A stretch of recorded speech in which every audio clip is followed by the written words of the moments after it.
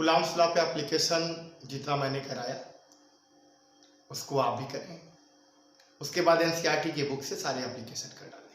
जी हाँ, another book से भी एप्लीकेशन मिलते हैं तो करिए, और कहीं कोई प्रॉब्लम हो तो उसको व्हाट्सएप पे शेयर कर दीजिए।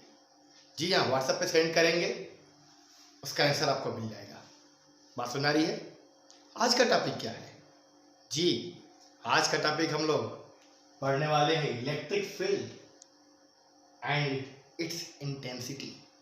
जी हाँ, बहुत इंपॉर्टेंट पॉइंट है ये, माइंड में रखिए। अगला चैप्टर गॉस थ्योरम भी पूरा इसी पे इंटेंसिटी ही कैलकुलेट की जाती है। तो आज हम लोग पढ़ने वाले इलेक्ट्रिक फील्ड और उसकी इंटेंसिटी। जी हाँ, इलेक्ट्रिक फील्ड क्या होता है ये तो हम लोग इलेक्ट्रिक चार्ज में भी समझे थे। जी हाँ, मेनली आप समझना है इंटेंसिटी। थोड़ा सा पहले इलेक्ट्रिक फील्ड पे आते हैं। अगर मैं बात करूं इलेक्ट्रिक फील्ड क्या होता है, तो अगर कोई चार्ज है तो इस चार्ज की अपनी एक इंट्रिंसिक प्रॉपर्टी है। क्या है? कि अपने चारों तरफ एक इलेक्ट्रिक फील्ड जनरेट करेगा। है कि नहीं? नहीं करेगा क्या? जैसे ये लाइट बल्ब है, अपने चारों तरफ लाइट दे रहा है, वैसे ही ये अपने चारों तरफ क्या जनरेट करेगा? Electric field. क्या ऐसे लाइन बन जाएगी? नहीं, ये तो इमेजिनरी लाइन्स है। इसके बारे में भी हम लोग पढ़ेंगे। इमेजिनरी लाइन्स है। जी हाँ, फील्ड को कैलकुलेट क्यों कर रहे हैं? अब ये देखा है कि अगर इसके चारों तरफ इलेक्ट्रिक फील्ड बना तो कैसे पता चलेगा कि इलेक्ट्रिक फील्ड बना? अगर इसमें कोई एनोदर चार्ज आ जाए, जी हाँ, कोई दूसरा चार्ज आ जाए तो क्या फील करेगा? Coulomb's law. जी हाँ, वो फोर्स फील करेगा। तो हम कह सकते हैं कि जिस फील्ड में कोई चार्ज पार्टिकल या चार्ज सिस्टम अगर इलेक्ट्रिकल फोर्स को फील करता है तो फील्ड कैसा है? जी हाँ, इलेक्ट्रिक फील्ड है। वो है कि नहीं है? तो वो फील्ड जिसमें कोई इलेक्ट्रिक चार्ज या चार्ज सिस्टम अगर इलेक्ट्रिक फोर्स फील करता है तो वो इलेक्ट्रिक फील्ड है। तो इलेक्ट्रिक फील्ड इसका कैसा होगा? प्लास्टिक चार्ज का हम लोग कंसीडर किए हुए हैं, सरफेस की तरह इनफाइनाइट क्यों? तो जाहिर सी बात है कि नेगेटिव चार्ज का क्या है? ये भी करेगा। किसका फील्ड ज्यादा स्ट्रांग होगा? डिपेंड करेगा उनके मैग्नीट्यूड पे। प्लस माइनस केवल नेचर है। प्लस चार्ज बड़ा कि माइनस चार्ज बड़ा? जी कोई बड़ा नहीं, उनकी मैग्नीट्यूड जिसका बड़ा होगा वो चार्ज बड़ा, लेकिन दोनों का नेचर अलग है। ये इलेक्ट्रिक फील्ड, जी हाँ, इनफाइनाइट से सरफेस की ओर होगा। इसका इलेक्ट्रिक फील्ड इनफाइनाइट से सरफेस की ओर होगा। ओके, बात समझ रही है? तो इलेक्ट्रिक फील्ड क्या है? तो हम लोग कह सकते हैं क्या कि वो फील्ड जिसमें कोई भी इलेक्ट्रिक चार्ज इलेक्ट्रिक फोर्स को फील करने लगता है, वो क्या इलेक्ट्रिक फील्ड है ना? अब बात करते हैं इंटेंसिटी की। क्लियर?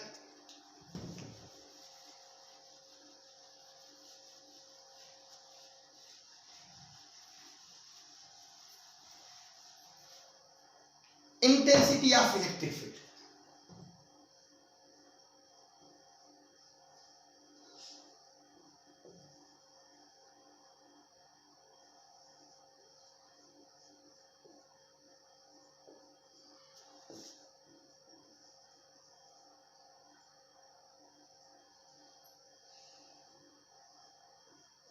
वैद्युत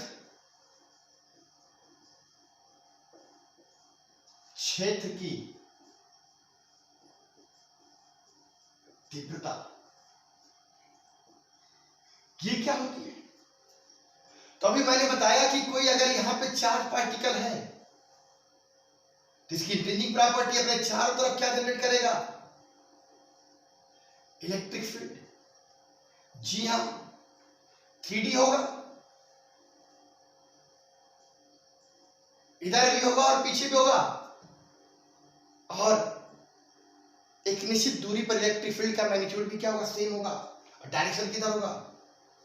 टुवर्ड्स इनफाइनाइट, अनंत की ओर। जी हाँ, इसके इलेक्ट्रिक फील्ड में अगर कोई चार्ज आया तो क्या इलेक्ट्रिक फोर्स फील करेगा?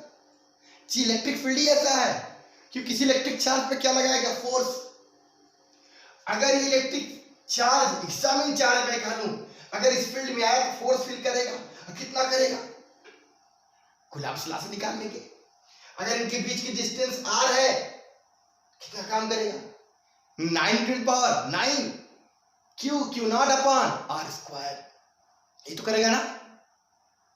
हमें क्या पढ़नी है? इंटेंसिटी। अगर मैं कहूं ये बड़ा चार्ज आएगा तो बड़ा फोर्स फील करेगा क्या? हाँ करेगा, क्योंकि कुलम्ब्स लॉ में पढ़ा गया है कि जो इलेक्ट्रिकल फोर्स होता है वो चार्ज के मैग्नीट्यूड के डायरेक्टली प्रोपोर्शन में होता है। छोटा चार्ज आएगा तो छोटा फोर्स फील करेगा, और बड़ा चार्ज आए तो बड़ा फोर्स फील करेगा। जी हाँ, अगर मैं कहूं कि Q not charge force feel कर रहा कितना?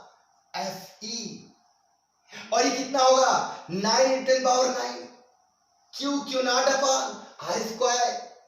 तो ये क्यू नॉट चार्ज इतना फोर्स फील कर रहा है। अगर ये क्यू नॉट बड़ा हो जाए तो और ज्यादा फोर्स फील करेगा, छोटा हो जाए तो छोटा फोर्स फील करेगा, है कि नहीं? जी हाँ। तो अगर मैं कहूं यूनिट चार्ज कितना करेगा, तो ये Fe अपॉन क्यू नॉट। अगर ये क्यू नॉट चार्ज बड़ा है तो फोर्स भी बड़ा, क्यू नॉट चार्ज छोटा है तो फोर्स भी छोटा, यानी ये रेशियो कांस्टेंट है। हाँ, किसी पॉइंट के लिए, क्योंकि इस पॉइंट पर है तो इतना फोर्स काम कर रहा है। अगर पॉइंट दूर ले लें तो r बढ़ जाएगा, फोर्स कम। पॉइंट पास में ले लें, r घट जाएगा, फोर्स ज्यादा। लेकिन किसी पॉइंट पर फिक्स होगा फोर्स, और इस पे डिपेंड करेगा। इसका मैग्नीट्यूड बड़ा तो बड़ा फोर्स, छोटा तो छोटा फोर्स। इसका मतलब क्यू नॉट बड़ा तो फोर्स भी बड़ा, क्यू नॉट छोटा तो फोर्स भी छोटा। यानी इलेक्ट्रिक फील्ड में किसी पॉइंट पर इनका रेशियो क्या रहेगा? कांस्टेंट रहेगा कि नहीं रहेगा? रहेगा कि नहीं रहेगा? जी, यानी इलेक्ट्रिक फील्ड ले लो, किसी भी चार्ज के कारण जनरेट इलेक्ट्रिक फील्ड ले लो, और उस इलेक्ट्रिक फील्ड में कोई पॉइंट ले लो। उस पॉइंट का पर अगर कोई भी एग्जामिन चार्ज आता है, उसमें फोर्स काम करेगा। अगर वो एग्जामिन चार्ज बड़ा है तो बड़ा फोर्स काम करेगा, छोटा है तो छोटा फोर्स काम करेगा। यानी ये रेशियो क्या रहने वाला है? कांस्टेंट, है कि नहीं? तो किसी भी पॉइंट के लिए इलेक्ट्रिक फील्ड में अगर कोई पॉइंट है r डिस्टेंस पर, तो वहां पर ये रेशियो क्या रहने वाला? कांस्टेंट। यानी इलेक्ट्रिक फील्ड के हर पॉइंट की अगर मैं इसको इंटेंसिटी बोल दूं तो इंटेंसिटी क्या रहने वाली? कांस्टेंट। जी हाँ, यानी इंटेंसिटी जो कि सरफेस से डिस्टेंस पे डिपेंड करेगी, लेकिन अगर सरफेस डिस्टेंस सेम है तो ये रेशियो क्या रहने वाला? कांस्टेंट। और इसे क्या बोलेंगे हम लोग? Intensity of electric field of that point. जी हाँ, उस बिंदु की वैद्युत क्षेत्र की तीव्रता बोलेंगे। और इलेक्ट्रिक फील्ड में स्थित किसी भी बिंदु की इलेक्ट्रिक फील्ड की इंटेंसिटी क्या रहने वाली? कांस्टेंट। जी, फील्ड बदलोगे तभी बदलेगी, चार्ज के आने जाने से नहीं। बात समझ आ रही है? तो हम लोग कह सकते हैं क्या कि बड़ा चार्ज बड़ा फोर्स, छोटा चार्ज छोटा फोर्स, लेकिन यूनिट चार्ज पर कांस्टेंट रहेगा। अगर मैं फोर्स को बड़ा कर दूं तो चार्ज भी बड़ा हो जाएगा, तभी होगा। चार्ज को छोटा कर दूं तो फोर्स भी छोटा हो जाएगा। यानी ये रेशियो कांस्टेंट रहने वाला है, और उसी का नाम क्या है? Intensity of electric field. यानी हम लोग डिफाइन कर सकते हैं कैसे? जी,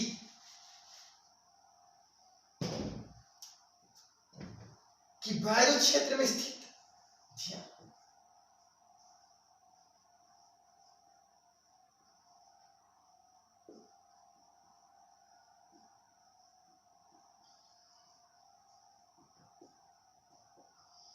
किसी बिंदु पर एकांक आवेश या एकांक परिमाण के आवेश कार्यरत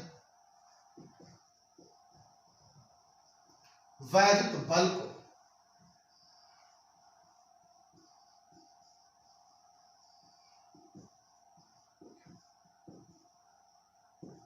वैद्युत क्षेत्र की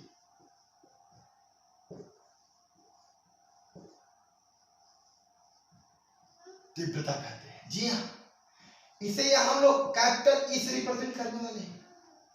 जी क्या है ये?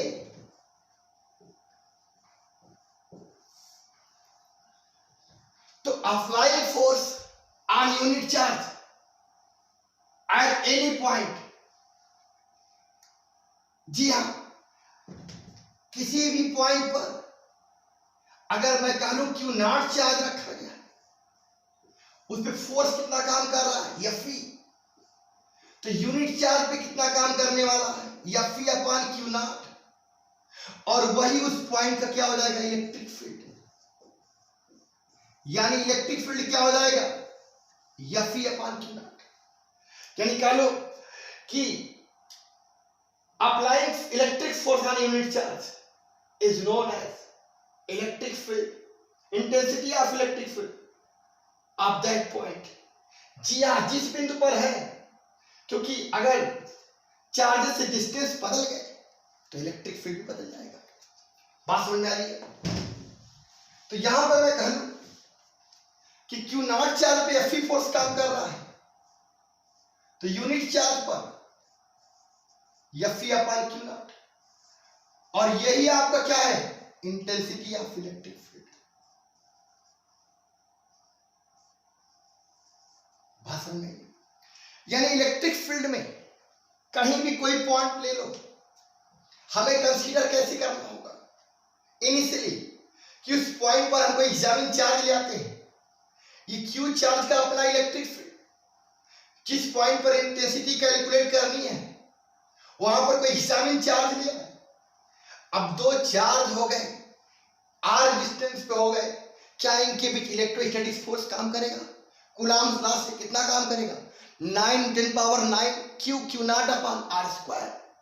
तो क्यू नॉट चार्ज पे काम करने वाला फोर्स अगर मैं एफ ई मान लूं, अगर ये चार्ज बड़ा होता तो फोर्स बड़ा होता, कि चार्ज छोटा होता तो फोर्स भी छोटा लगता है इस पे। यानी ये मैं कह सकता हूं कि यहां यूनिट चार्ज पे अप्लाई फोर्स कांस्टेंट रहेगा, और उसी को क्या बोलते हैं? Intensity of electric field. बात समझ में आ रही है? तो ये माइंड में रखिए।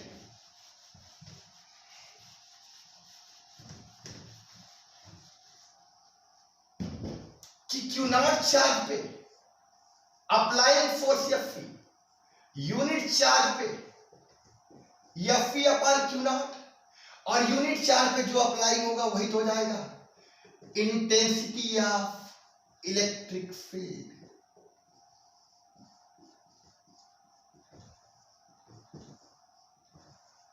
ओके, इसे रिप्रेजेंट करते हैं किससे? ई से, और ये हो जाएगा F E upon Q naught. और इलेक्ट्रिक फील्ड डायरेक्शनल होता है, तो इसका वेक्टर में लिखूं अभी, तो वेक्टर इक्वल क्या हो जाएगा? जी, इधर पॉजिटिव अगर है, अगर ये पॉजिटिव चार्ज है तो इस पे इलेक्ट्रिक फील्ड बाहर की ओर, अगर ये नेगेटिव चार्ज होता तो अट्रैक्शन इधर काम करता, तो इलेक्ट्रिक फील्ड तो हमेशा इसका बाहर ही रहेगा। फोर्स के डायरेक्शन में भी इलेक्ट्रिक फील्ड हो सकता है, और फोर्स के अपोजिट भी। सेम फील्ड में सेम लाइक चार्ज आ गया, लाइक फील्ड में लाइक चार्ज, तब इलेक्ट्रिक फील्ड फोर्स की दिशा में। और अगर लाइक फील्ड में अनलाइक चार्ज आ गया, तब इलेक्ट्रिक फील्ड फोर्स के अपोजिट होगा। जी हाँ, फोर्स अट्रैक्शन का भी सकता है और रिपल्शन का भी। बात समझ आ रही है? क्लियर है? अब ये इलेक्ट्रिक फील्ड अगर मैं कहूं इस पॉइंट पे क्या होगा, आर डिस्टेंस पे, तो क्या हमेशा क्यू नॉट चार्ज को लाना जरूरी है? क्या इसके बीच हमेशा फोर्स अप्लाई करना जरूरी है? कर सकते हैं, होगा ही। उससे देखते क्या फार्मूला निकलता है, क्या सीधे डायरेक्ट बता सकते हैं कि इस आर डिस्टेंस पे क्या इंटेंसिटी होगी? कर सकते हैं। कैसे? हम एफ ई की वैल्यू निकालें और इस एफ ई की वैल्यू को क्या करें? यहां पुट कर दें। जी,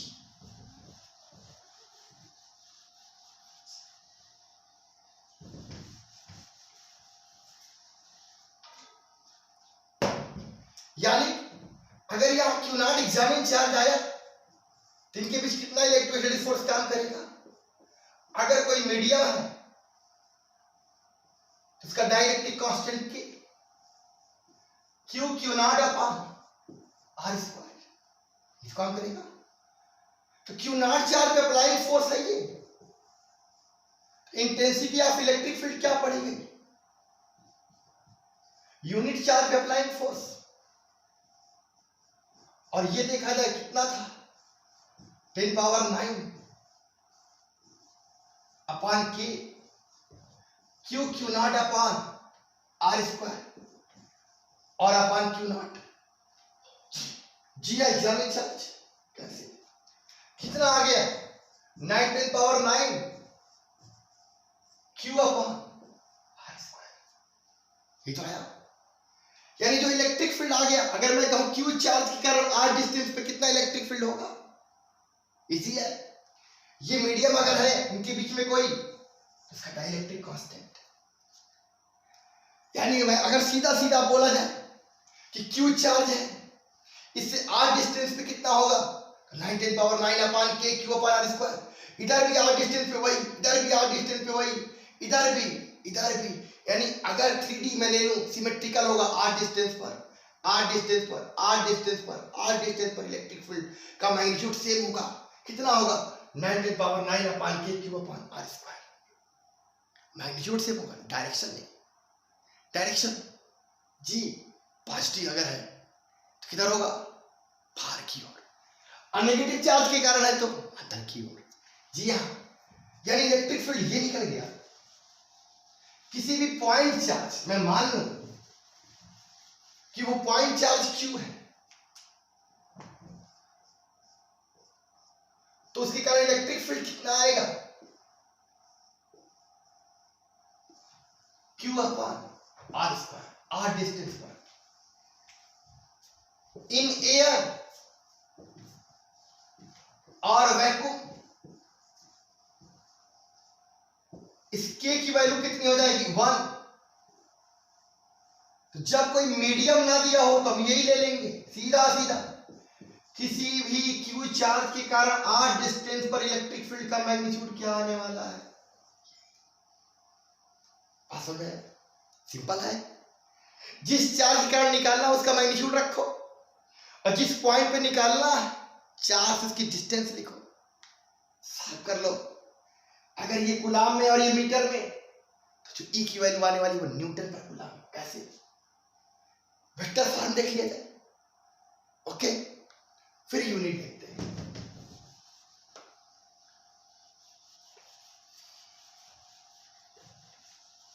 वेक्टर है ये, जी हाँ। वेक्टर एंड डायरेक्शन क्या होगा, इसका वेक्टर फॉर्म क्या होगा। तो इलेक्ट्रिक फील्ड की इंटेंसिटी आ गई 9 10 पावर 9 इन एनी मीडियम। ये मीडियम का dielectric constant charge upon distance का स्क्वायर।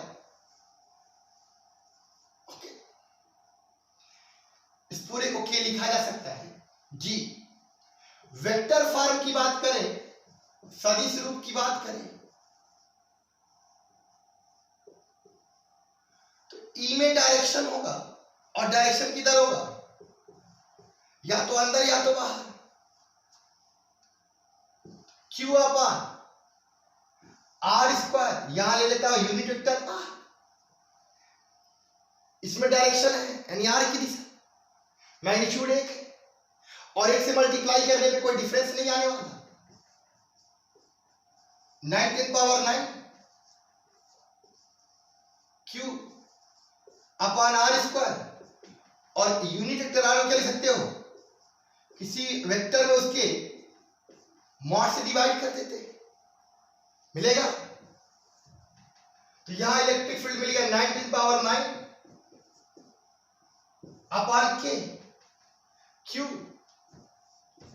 आर स्क्वायर में उसके मैग्नीट्यूड से अगर मल्टीप्लाई करेंगे तो आर क्यू, और ये वेक्टर आर यानी आर का ही डायरेक्शन होगा जी। प्लस क्यू है बाहर की ओर, माइनस क्यू है अंदर की ओर। प्लस माइनस में कौन बड़ा, कोई नहीं, नेचर बस है अलग अलग। जी हाँ, डिस्टेंस सेम होगा। ये हो गया। अगर हम इसकी यूनिट की बात करें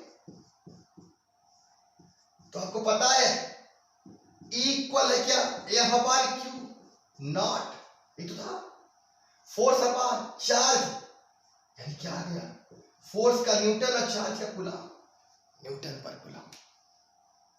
क्लियर है? जी हाँ। जैसे फोर्स के बहुत सारे यूनिट हो सकते हैं, वैसे चार्ज के भी है, ESU, EMU, जिसको हम लोग एटम भी बोलते थे। क्लियर? ये हमारा इलेक्ट्रिक फील्ड हो गया। इलेक्ट्रिक फील्ड वेक्टर है, और आपको पता है किसी एक पॉइंट पर एक ही इलेक्ट्रिक फील्ड हो सकता है। एक चार्ज के कारण एक होगा, दूसरे चार्ज के कारण भी एक होगा, तीसरे चार्ज के कारण भी नहीं, सबका रिजल्टेंट होगा। क्या होगा? सबका रिजल्टेंट होगा। जी हाँ, बात समझ रही है? पॉज करें, नोट करें, ये नोट्स बनाए हो ना बनाए हो, वीडियो को पूरा देखें। कहीं प्रॉब्लम हो कमेंट जरूर करें, और ज्यादा से ज्यादा स्टूडेंट तक सब्सक्राइब कराएं। जी, तो ये वेक्टर है। अब मैं कहूं कि इलेक्ट्रिक फील्ड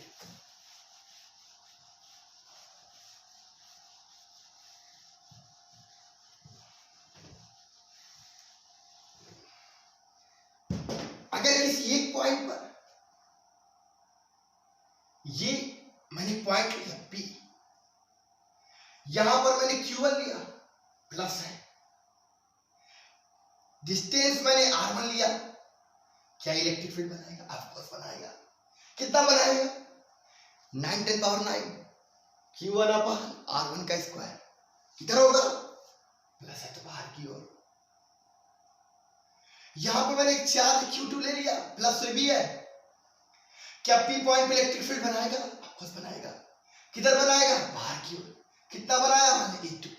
कितना होगा? 9 10 power 9 Q2 upon distance R2 है तो R2 का स्क्वायर। यहां पे चार्ज मैंने Q3 ले लिया, ये भी प्लस है। यहां से डिस्टेंस R3 ले लिया, क्या ये भी इलेक्ट्रिक फील्ड दिखाएगा? हाँ दिखाएगा। कितना इलेक्ट्रिक फील्ड दिखाएगा? मैंने कहा कि E3 दिखाएगा, ये प्लस है बाहर की ओर। कितना होगा? 9 10 power 9 Q3 upon R3 square. एक मैंने माइनस Q4 चार्ज ले लिया, यहां से डिस्टेंस मैंने R4 ले लिया, क्या ये इलेक्ट्रिक फील्ड दिखाएगा? हाँ भाई, क्यों नहीं दिखाएगा? हर चार्ज अपना उसका इंट्रिंसिक प्रॉपर्टी है, ये अपने चारों तरफ क्या बनाता है? Electric field. जी हाँ, क्लियर? तो वो इलेक्ट्रिक फील्ड कितना होगा? 9 10 power 9 Q4 upon R4 square. तो ये पॉइंट P पर इसका इलेक्ट्रिक फील्ड किस डायरेक्शन में जाएगा भाई? माइनस है। पॉइंट हमेशा पॉजिटिव लिया जाता है कंसीडर करने के लिए। जी हाँ, माइनस चार्ज है, point positive, attraction, electric field अंदर की ओर आने वाला है। क्लियर? माइनस चार्ज के कारण अंदर की ओर। तो अब यहां पर एक इलेक्ट्रिक फील्ड E1, एक इलेक्ट्रिक फील्ड E2, एक इलेक्ट्रिक फील्ड E3, एक इलेक्ट्रिक फील्ड E4। क्या ये पॉइंट पे चार इलेक्ट्रिक फील्ड होंगे? नहीं, पॉइंट P पर नेट इलेक्ट्रिक फील्ड होगा। जी हाँ, नेट इलेक्ट्रिक फील्ड होगा, और वो E नेट जो होगा, वो E रिजल्टेंट जो होगा, वो E1 plus E2 plus E3 plus E4 की होगा। नहीं नहीं नहीं, गलत है। क्या होगा? Vector E1 plus vector E2 plus vector E3 plus vector E4 की इक्वल होगा। जी हाँ, वेक्टर क्वांटिटी को हम जब वेक्टर मेथड से ऐड करेंगे तभी तो रिजल्टेंट मिलेगा। जी, इजी है। कैसे ऐड करना है पता है? अगर आप इजीली कर सकते तो कर लो, अदरवाइज सबके दो दो कंपोनेंट निकाल लो, x कंपोनेंट और y कंपोनेंट। जी हाँ, E1 के भी दो कंपोनेंट निकालो, EX1 EY1। E2 के भी दो कंपोनेंट निकाल लो, x डायरेक्शन में EX2 और y डायरेक्शन में EY2। E3 के भी दो कंपोनेंट निकाल लो, x डायरेक्शन में EX3, y डायरेक्शन में EY3। और E4 के भी दो कंपोनेंट निकाल लो, x डायरेक्शन में EX4 और y डायरेक्शन में EY4। बात समझ में आ रही है? तो दो दो कंपोनेंट निकाल लेते हैं, और जब दो दो कंपोनेंट निकाल लेंगे तो क्या करेंगे, सभी के x कंपोनेंट को अलग जोड़ लेंगे और सभी के y कंपोनेंट को अलग जोड़ लेंगे। जी हाँ, ये नेट था। सभी के x कंपोनेंट को कैसे जोड़ेंगे, प्लस x में है तो प्लस, अदरवाइज माइनस। जी हाँ, और सभी के y कंपोनेंट को भी ऐसे, प्लस y में है तो प्लस लिख लो, माइनस y में है तो माइनस लिख लो। क्लियर? और आपको पता है x और y कंपोनेंट के बीच एंगल कितना होगा, 90। तो नेट क्या होगा, रिजल्टेंट क्या आएगा, root X square plus Y square. और हमें चूंकि डायरेक्शन भी चाहिए, कोई बात नहीं है, अगर एक्स एक्सिस से डायरेक्शन थीटा है, एंगल बना रहा है रिजल्टेंट, तो क्या हो जाएगा, Y component upon X component, है ना। इसी तरह से तो फोर्स में निकाला गया था, फोर्स वाला वीडियो देखो। जी हाँ, उसके एप्लीकेशन देखे, बहुत सारे वेक्टर तरीके से एडिशन किए गए। वैसे इलेक्ट्रिक फील्ड का भी करेंगे, बार बार फोर्स नहीं निकालेंगे। इलेक्ट्रिक फील्ड का अपना फार्मूला है 9 Q upon R square. But अगर कई होंगे तो किसी पॉइंट पे तो क्या करेंगे, ऐड कर लेंगे। किस मेथड से, वेक्टर मेथड से। जी हाँ, आगे बढ़े। क्लियर है, कंटेंट क्लियर होना चाहिए। जी हाँ, कंटेंट क्लियर रहेगा, न्यूमेरिकल नहीं फंसेंगे। बार बार मैं कहता हूं जी, रटना नहीं, रटने का नहीं है, रटा जो वो शॉर्ट टाइम के लिए पड़ेगा। जी हाँ, समझते हैं, आगे बढ़े। बात समझ आई। एक पॉइंट पे कई सारे इलेक्ट्रिक फील्ड है, तो उनका वेक्टर एडिशन लेंगे। क्लियर? और वेक्टर एडिशन के लिए क्या करेंगे, इजी तरीके से हो जाता है। तो जैसे एक डायरेक्शन में है, दो है तो जुड़ जाएंगे, अपोजिट है तो घट जाएंगे, परपेंडिकुलर है तो A square root A square plus B square, किसी एंगल पे है तो root A square plus B square plus 2ab cos theta से सॉल्व कर लेंगे। लेकिन कई सारे हैं तो अगर सॉल्व इजीली नहीं हो रहे तो सबके दो दो कंपोनेंट निकाल लो। एक्स डायरेक्शन में एक्स कंपोनेंट, वाई डायरेक्शन में वाई कंपोनेंट, और सबके एक्स कंपोनेंट को अलग ऐड कर लो। प्लस एक्स में है तो प्लस लिखो, माइनस एक्स में है तो माइनस लिख दो, और वाई कंपोनेंट वाले को भी इसी तरह ऐड कर लो। और नेट क्या होगा, जो सभी x कंपोनेंट का एडिशन आया x, और जो सभी y कंपोनेंट का एडिशन आया y, वो दोनों बीच एंगल 90 है तो root X square plus Y square. और डायरेक्शन अगर वो x कंपोनेंट से थीटा एंगल बना रहा है तो tan theta equal y component upon x component. Okay, जी हाँ, बात समझ आ रही है।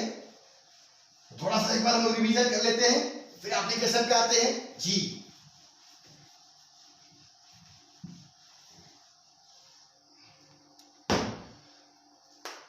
बोर्ड्स में अच्छे नंबर लाना हो, जी हाँ, या कंपटीशन को क्वालिफाई करना हो, नीट हो या जेईई मेंस हो या एडवांस हो, अगर आपकी निचली कॉन्सेप्ट क्लियर नहीं है तो कुछ भी अच्छा होने वाला नहीं है। जी हाँ, तो यहां हम लोग पढ़े क्या, इलेक्ट्रिक फील्ड जो कि यूनिट चार्ज पे अप्लाई फोर्स है। जी हाँ, ये है यूनिट न्यूटन पर कूलम, या इसी को हम लोग कह लें जिस चार्ज के कारण इलेक्ट्रिक फील्ड जनरेट हुआ है। यहां पर हम लोग लिख सकते हैं वो Q है और उससे डिस्टेंस कितना है, R है, Q अपॉन R स्क्वायर। इतने की वैल्यू कितनी होती है, 9 to power 9 upon K, Q upon R square. Okay, ये तो पूरा है। अगर मीडियम कोई दिया है तो उसका डाइलेक्ट्रिक कांस्टेंट गिवन होगा या कोई हिंट होगा, और नहीं मीडियम की बात कर रहा तो एरिया वैक्यूम लेंगे, तो वहां सीधा सीधा क्या लगाने वाले हैं फार्मूला। जी हाँ, यही, या के क्यू अपॉन आर स्क्वायर। अभी ये सिंपल है, ये पॉइंट चार्ज के कारण है। किसके कारण है, due two point charge. Okay, आगे बढ़ दे। जी हाँ, एप्लीकेशन करें, कुछ किया जाए, आगे बढ़ते हैं। अब मैं पहले सबसे सिंपल एप्लीकेशन लूंगा। जी हाँ, सबको पता है कि मैं पहले इनमें से बहुत ही एग्जाम्पल लूंगा।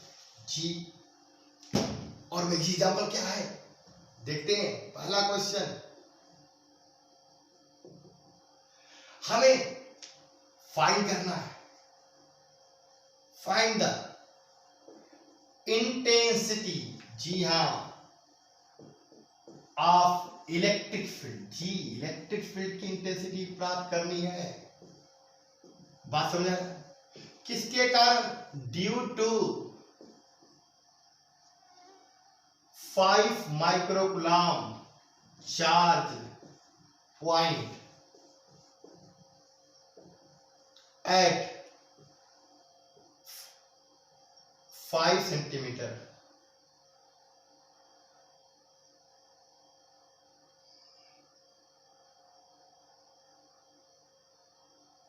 अवे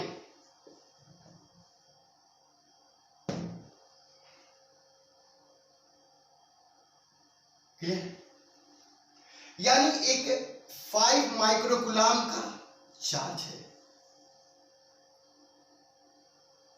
क्लियर है?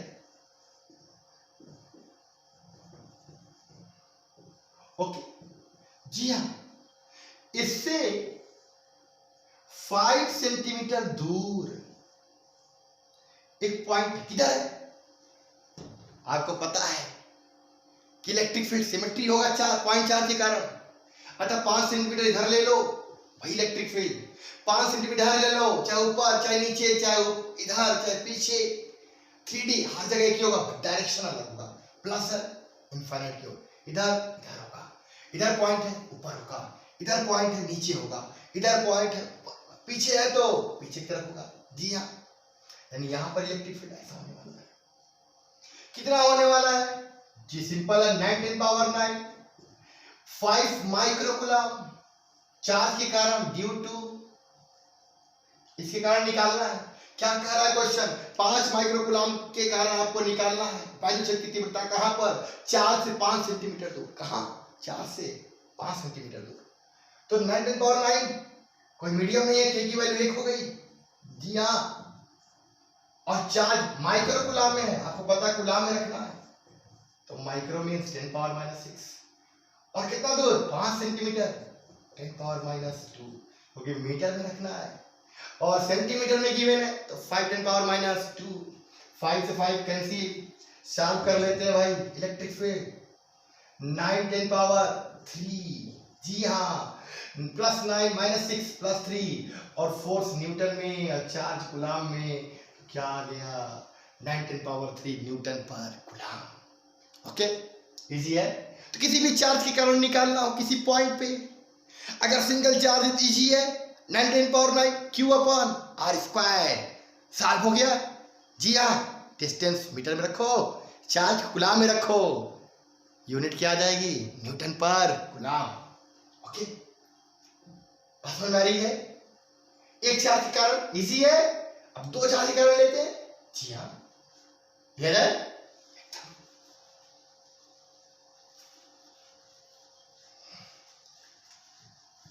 Question number 2।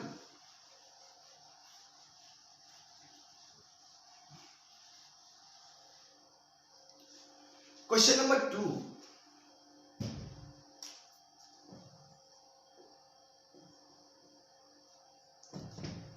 पहले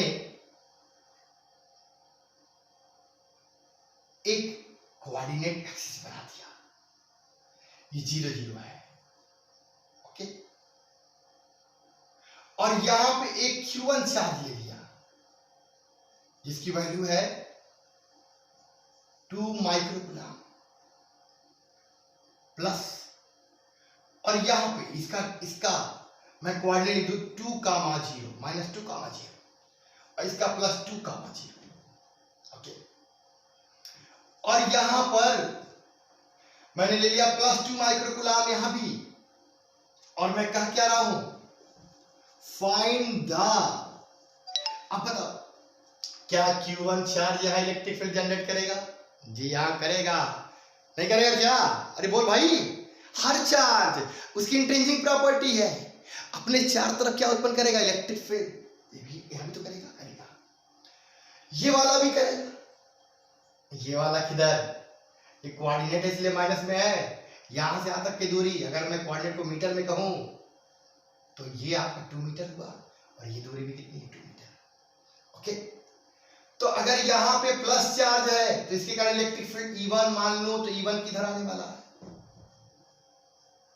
टुवर्ड्स इनफाइनाइट, और Q2 भी प्लस G, तो उसके कारण इलेक्ट्रिक फील्ड यहां कितना आने वाला है वो भी E2 मान लिया जाए, तो प्लस, और पॉइंट हमेशा प्लस ही होता है।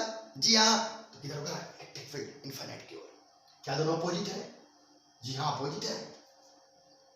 क्या होगा, जुड़ेंगे घटेंगे? अरे अपोजिट तो घटते हैं क्योंकि एंगल 180 होता है उनके बीच। तो find the net electric field at origin point. Okay, क्या क्वेश्चन लग गया?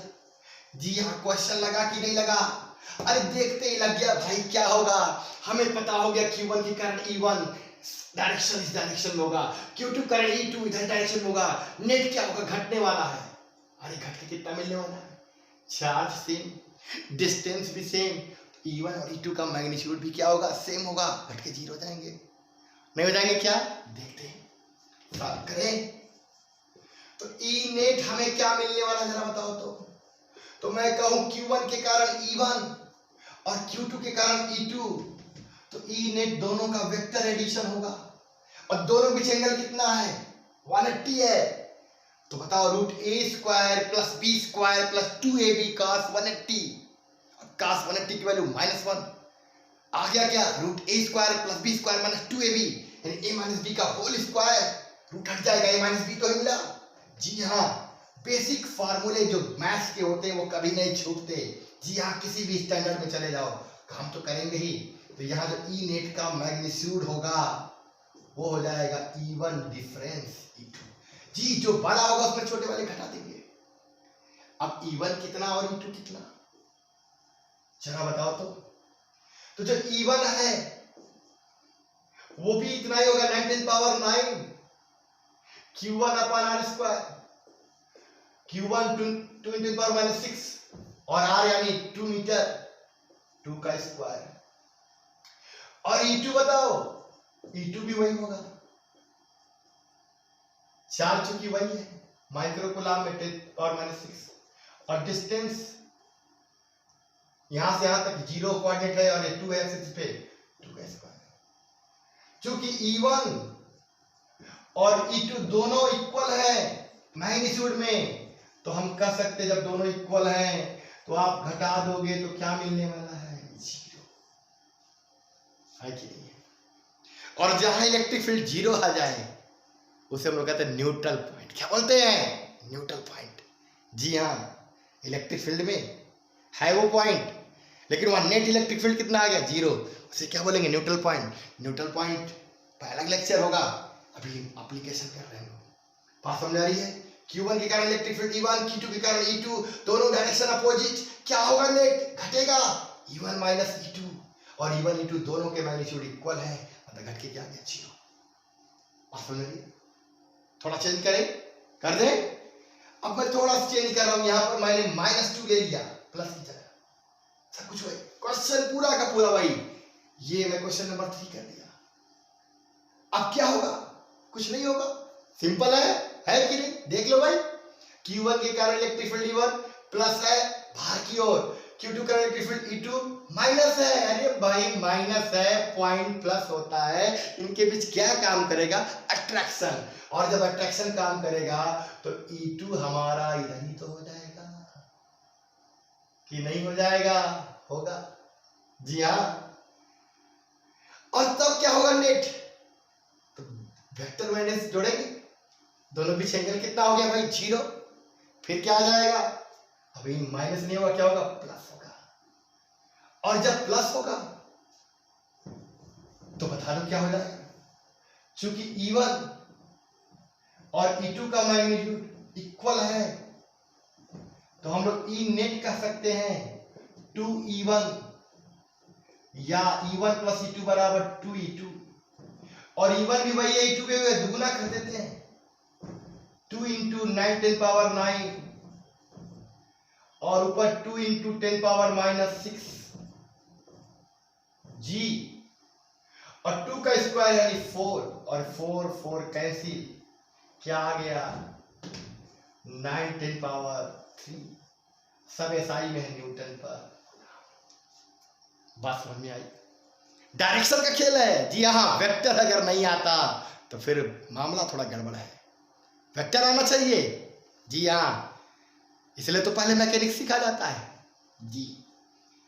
अब 2 4 से करना है, अब थोड़ा सा और मैं कोऑर्डिनेट चेंज कर सकता हूं जी हाँ, कर लेते हैं।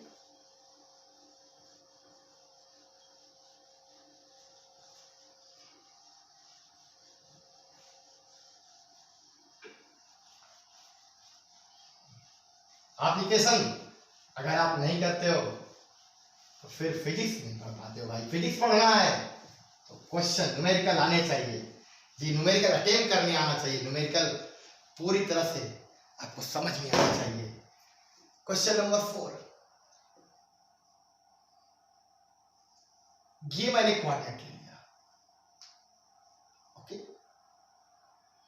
और एक चार्ज मैंने यहां पे लिया 5 माइक्रोकूलम चार्ज, और इस पॉइंट का कोऑर्डिनेट मैंने ले लिया 2,0 मीटर में, और यहां पे एक चार्ज मैंने लिया 5 माइक्रोकूलम।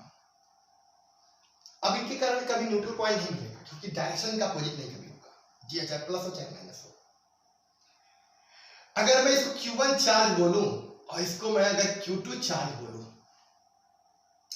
और ये ओरिजिन है, और ओरिजिन पे मुझे find the E net in resultant electric field at origin point.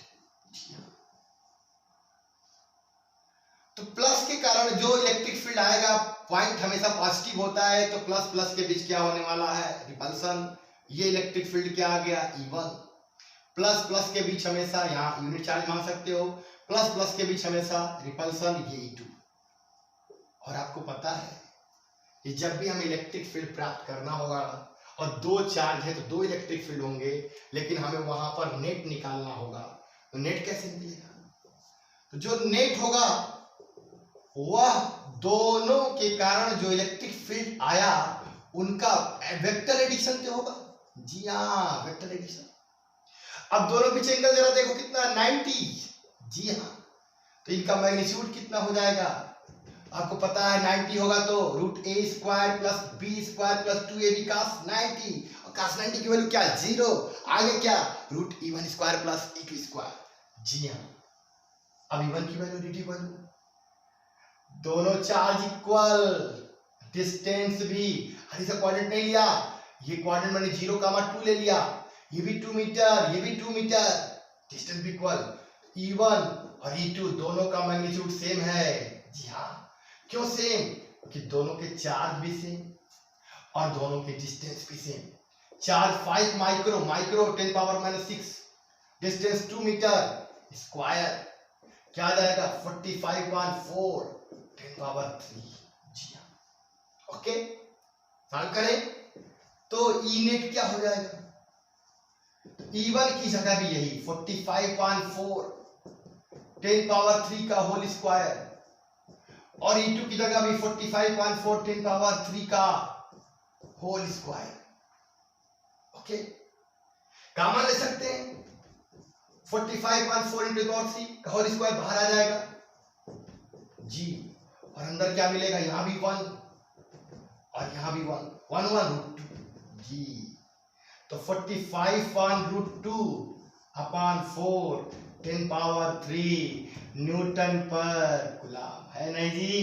जी हाँ, बात समझ में आ रहा है? कैलकुलेशन आना चाहिए जी, कैलकुलेशन तो बहुत अच्छी से आना चाहिए आपको। क्लियर है? बात समझ में आ रही है? Q1 चार्ज कारण E1 प्लस था, रिपल्सन कारण इधर Q2 कारण E2 प्लस है, पॉइंट हमेशा प्लस होता है, रिपल्सन, बीच एंगल 90 √e1² प्लस e2²। दोनों चूंकि मैग्नीट्यूड इक्वल है, दोनों के डिस्टेंस भी इक्वल है, इसलिए E1 का मैग्नीट्यूड E2 के क्या है, इक्वल है। बस यहाँ रख दिया गया, E1 E2 की जगह दोनों आ गया। क्लियर है? थोड़ा चेंज करें, क्वेश्चन नंबर 5 इसी में बनाता हूं, अभी इजी ले लो जी हाँ। इसको मैं अगर माइनस कर दूं तो क्या होगा? कुछ नहीं होगा भाई। अरे माइनस है, पॉइंट तो हमेशा प्लस ही रहेगा कि नहीं रहेगा? और माइनस चार्ज है, पॉइंट प्लस है, तो अट्रैक्शन की रिपल्सन, अट्रैक्शन। अब क्या होगा?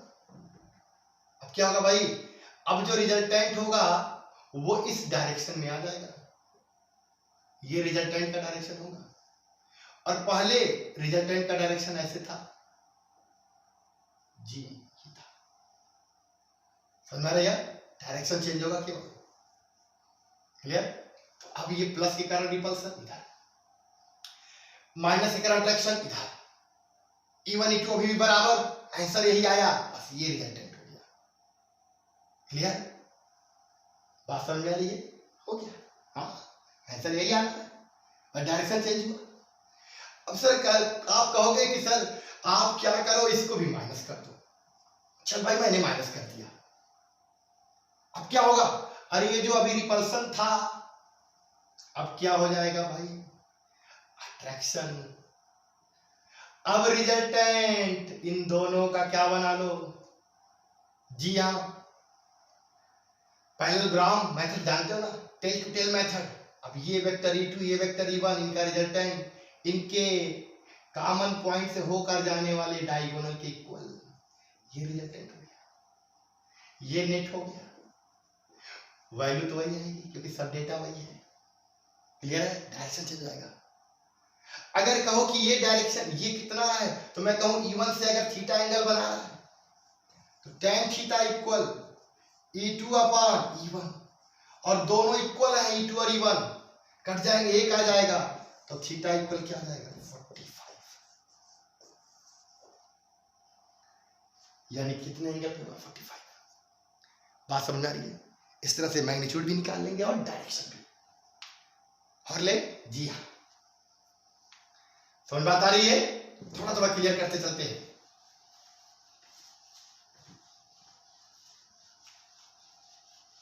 अभी 2 ही 4 के कारण लेते हैं, फिर 3 के कारण लेंगे। जी हाँ, फिर बहुत सारे कारण ले सकते हैं।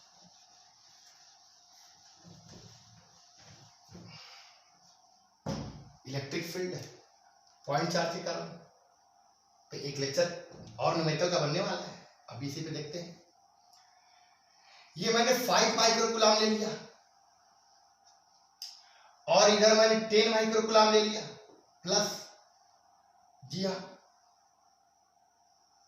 ये डिस्टेंस मैंने 1 मीटर ले लिया, ये Q1 चार्ज और ये Q2 चार्ज, और यहां से 1 मीटर के डिस्टेंस पर एक पॉइंट P है, यहां आपको बताना है E नेट। E नेट क्यों? अरे ये भी करेगा इलेक्ट्रिक फील्ड जनरेट और ये भी करेगा, तो नेट निकालना पड़ेगा ना। Q1 पॉइंट हमेशा पॉजिटिव, जी हाँ +1 यूनिट चार्ज मान लो, प्लस प्लस के बीच रिपल्सन, फील्ड किधर आया? बाहर। ये भी प्लस, पॉइंट प्लस हमेशा E2 बाहर। अरे भाई दोनों चार्जेस बाहर ही जा रहे हैं, एक ही डायरेक्शन में जा रहे हैं। ई नेट क्या होगा? Vector addition. और बताओ वेक्टर एडिशन में इनके बीच का एंगल कितना? 0। तो नेट कितना आने वाला है? E1 plus E2। अब चूंकि E1 और E2 दोनों मैग्नीट्यूड में बराबर नहीं होंगे, क्यों? ये चार्ज अलग, ये चार्ज अलग, डिस्टेंस भी अलग। जी हाँ, चार्ज छोटा डिस्टेंस ज्यादा, इलेक्ट्रिक फील्ड कम होगा E1। चार्ज बड़ा डिस्टेंस कम, इलेक्ट्रिक फील्ड ज्यादा होगा, क्योंकि इलेक्ट्रिक फील्ड डिस्टेंस के स्क्वायर के रेसिप्रोकल है, चार्ज के डायरेक्टली प्रोपोर्शनल है। तो E1 कितना होगा? क्लियर है? Q1 upon R square, R1 square 10 power 9। Q1 की वैल्यू 5 माइक्रोकूलम, माइक्रो यानी 10 पावर -6, R यानी 1 और 1, 2 का स्क्वायर 4, 45.4 10 पावर 3 न्यूटन पर कूलम। ये E1। E2 कितना होगा? 9 10 power 9 Q2 upon R2 square, Q2 कितना 10 माइक्रोकूलम, 10 10 पावर -6, 1 का स्क्वायर 9 10 पावर 4, या मैं ऐसे कह लू 90 10 पावर 3 न्यूटन पर। ओके, देन ये क्या हो जाएगा, E1 प्लस E2 जोड़ देते हैं, 45/4 10 पावर 3, 90 10 पावर 3 सब न्यूटन पर कूलम में है, ऐड हो जाएगा 10 पावर 3 कॉमन, 45/4 प्लस 90 10 पावर 3, आगे तो कर ही लोगे भाई, 9 तो 36 360 और 45 405 बटे 4 10 पावर 3 न्यूटन पर। डिवाइड कर दें, जी हाँ, ये हो गया आपका जी 10 पावर 3,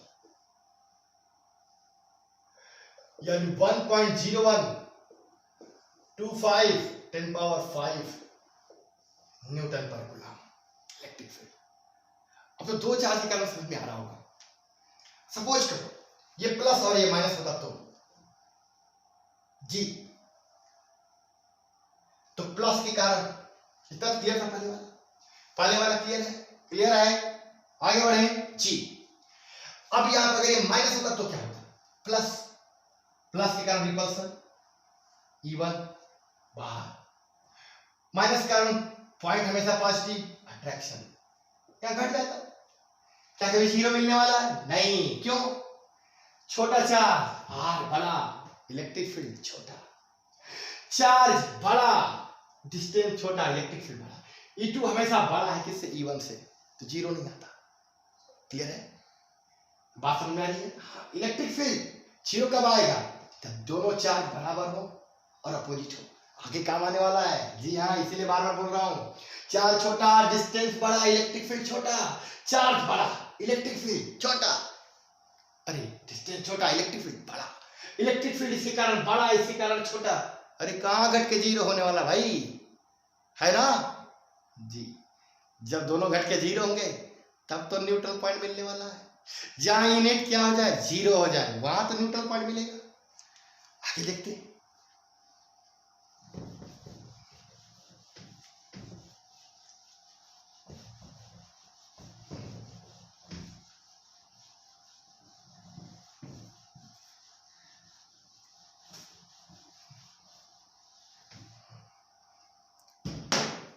कंसीडर करते हैं, ये आपका मैंने कह दिया 5 माइक्रोकूलम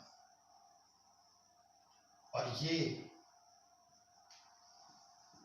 10 माइक्रोकूलम, जी हाँ, इधर फील्ड बाहर की ओर, इसी कारण फील्ड बाहर की ओर, कहीं न्यूट्रल पॉइंट नहीं बाहर मिलेगा, इसी कारण इलेक्ट्रिक फील्ड बाहर, इसी कारण इलेक्ट्रिक फील्ड बाहर जुड़ जाएगा, न्यूट्रल पॉइंट नहीं मिलेगा, यहां कहीं मिलेगा। लेकिन मैं अगर ये प्लस की बजाय क्या ले लूं, माइनस, और छोटा है तो कम डिस्टेंस लेता हूं, यहां पे मैंने पॉइंट भी लिया, प्लस होता है हमेशा पॉइंट, रिपल्सन बाहर, और माइनस है ये चार्ज, पॉइंट प्लस, अट्रैक्शन अंदर घटता है, घट के अगर 0 गया तो न्यूट्रल पॉइंट होगा, यानी इधर कहीं न्यूट्रल पॉइंट मिलने की संभावना हो सकती है, ये बात दिमाग में रखना। अभी मेरा क्वेश्चन ही नहीं है, अभी मेरा क्वेश्चन है ये 1 मीटर और ये भी 1 मीटर, यहां पे पॉइंट P है, आपको बताना ई नेट, इजी है, हो चुका है पीछे, जी हाँ, प्लस के कारण मैं इसे Q1 मान लू, इसे मैं Q2 मान लू, Q1 के कारण plus point plus repulsion E1, Q2 के कारण पॉइंट प्लस अट्रैक्शन ये E2, ई नेट क्या होगा, vector E1 plus vector E2, magnitude क्या होगा, अरे अपोजिट है, घट जाएगा भाई, नहीं घटेगा क्या, E1 कितना होगा, 9 10 पावर 9, क्या दोनों बराबर? नहीं, चार्ज अलग अलग है, डिस्टेंस भी अलग अलग है कि नहीं है? देखते हैं। Q1 5 microcoulomb 10 power -6, distance R1 1 metre 45 10 power 3 newton पर, और E2 9 10 power 9, Q2 10 microcoulomb, micro 10 power -6, distance 1 और 1 2 का स्क्वायर, यानी कितना आ गया? जी हाँ 90, 2 का स्क्वायर 4 प्लस 9 -6 10 पावर 3। क्लियर? घटा दे। E1 मुझे बड़ा लग रहा है, जी हाँ 90/4 45 छोटा होता है, तो 45 10 पावर 3 माइनस 90/4 10 पावर 3, दोनों न्यूटन पर कूलम में ही है। कितना हो जाएगा भाई? 90 माइनस 45, यही आएगा क्या? यही आएगा 10 पावर 3 न्यूटन पर कूलम। क्लियर? तो दो चार्ज के कारण बात समझ में आ रही है। अगर ऐसा हो जाता कि ये इसके और पास में लगता, इसका इलेक्ट्रिक फील्ड बढ़ा जाता, है कि नहीं? मे भी कहीं हो सकता था कि दोनों की इलेक्ट्रिक फील्ड क्या होता है? बराबर, और जब बराबर हो जाते तो वहां न्यूट्रल हो जाता, एनर्जी हो जाता। और ले थोड़ा सा वेक्टर का और यूज करते हैं। जी हाँ,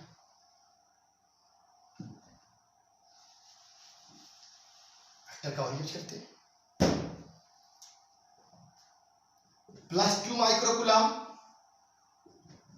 +2 माइक्रोकूलम